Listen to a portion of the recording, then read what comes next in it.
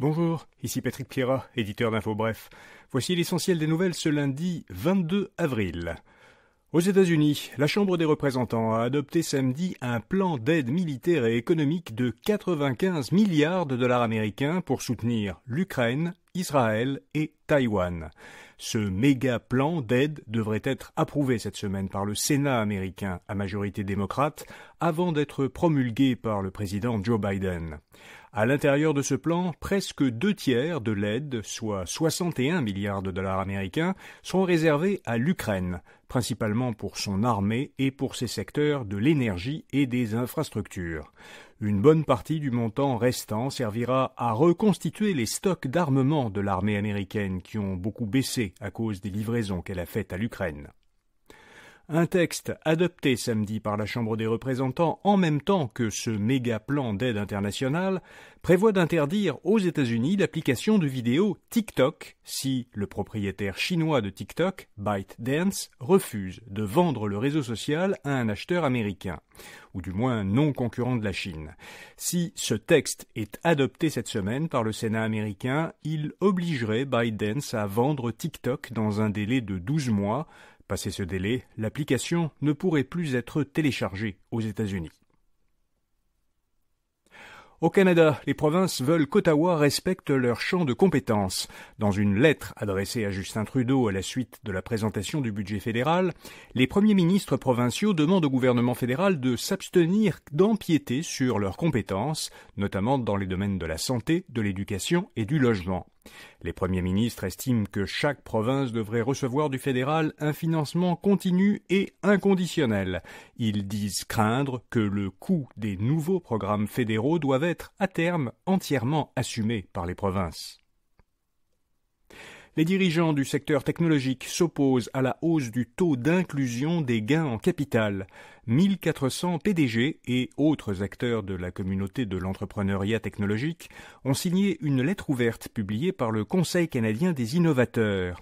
L'organisme demande au gouvernement Trudeau d'abandonner son projet d'augmenter le taux d'inclusion des gains en capital dans le revenu imposable.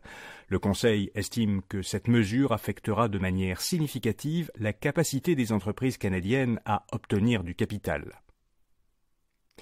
Alors que c'est aujourd'hui le jour de la Terre, plusieurs centaines de manifestants se sont réunis hier à Montréal et à Québec, à l'appel de plusieurs organismes, pour demander au gouvernement fédéral et provincial d'en faire davantage pour lutter contre les changements climatiques et pour exiger une transition écologique juste et démocratique.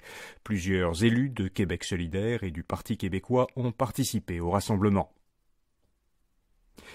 Le gouvernement du Québec appuie un service éco-responsable de livraison de marchandises. Le gouvernement Legault verse 3,3 millions de dollars à l'organisme Propulsion Québec, qui a pour mission d'accélérer le développement de l'industrie des transports électriques et intelligents. Ce montant ira à un projet pilote qui vise à tester un corridor de transport par camion électrique entre les régions de Québec et de Montréal. Et aussi, il vise à acquérir des connaissances sur le transport lourd électrique. Ce projet sera mené par le transporteur de Longueuil, Nationex. La Ligue nationale de hockey a connu une saison record cette année. Elle a touché des revenus d'environ 8,5 milliards de dollars. Les revenus de la LNH sont en constante augmentation depuis plusieurs années. La majeure partie provient des droits audiovisuels vendus à des diffuseurs. Or, l'auditoire télévisuel a augmenté de 7% cette année. Cela dit, la LNH demeure encore très loin d'autres grandes ligues nord-américaines de sport, comme la NFL pour le football et la NBA pour le basketball. Les revenus de ces deux ligues sont au moins 2 fois plus importants que ceux de la LNH. Amazon espionne ses concurrents sous le couvert d'un faux distributeur. Selon le Wall Street Journal, Amazon exploite en secret depuis 2015 un entrepôt de commerce, une firme de commerce en ligne qui s'appelle Big River et qui se présente comme une entreprise indépendante. En fait, cette entreprise vend des produits par l'intermédiaire de services en ligne concurrents d'Amazon, comme eBay, Shopify et Walmart, et elle vend par ses services environ 1 million de dollars de marchandises par année. Amazon se sert de Big River pour obtenir de l'information privilégiée, de l'information qui est normalement réservée aux fournisseurs qui font affaire avec ces plateformes en ligne, et c'est une façon de les épier de l'intérieur. Le Colorado se dote d'une loi pour protéger les ondes cérébrales de ses citoyens. Cette loi vise à protéger les données qui proviennent des ondes du cerveau d'une personne contre toute utilisation sans autorisation de cette personne. Alors les utilisations pourraient être notamment par un fabricant d'appareils électroniques. C'est la première loi de ce type qui a été adoptée aux États-Unis.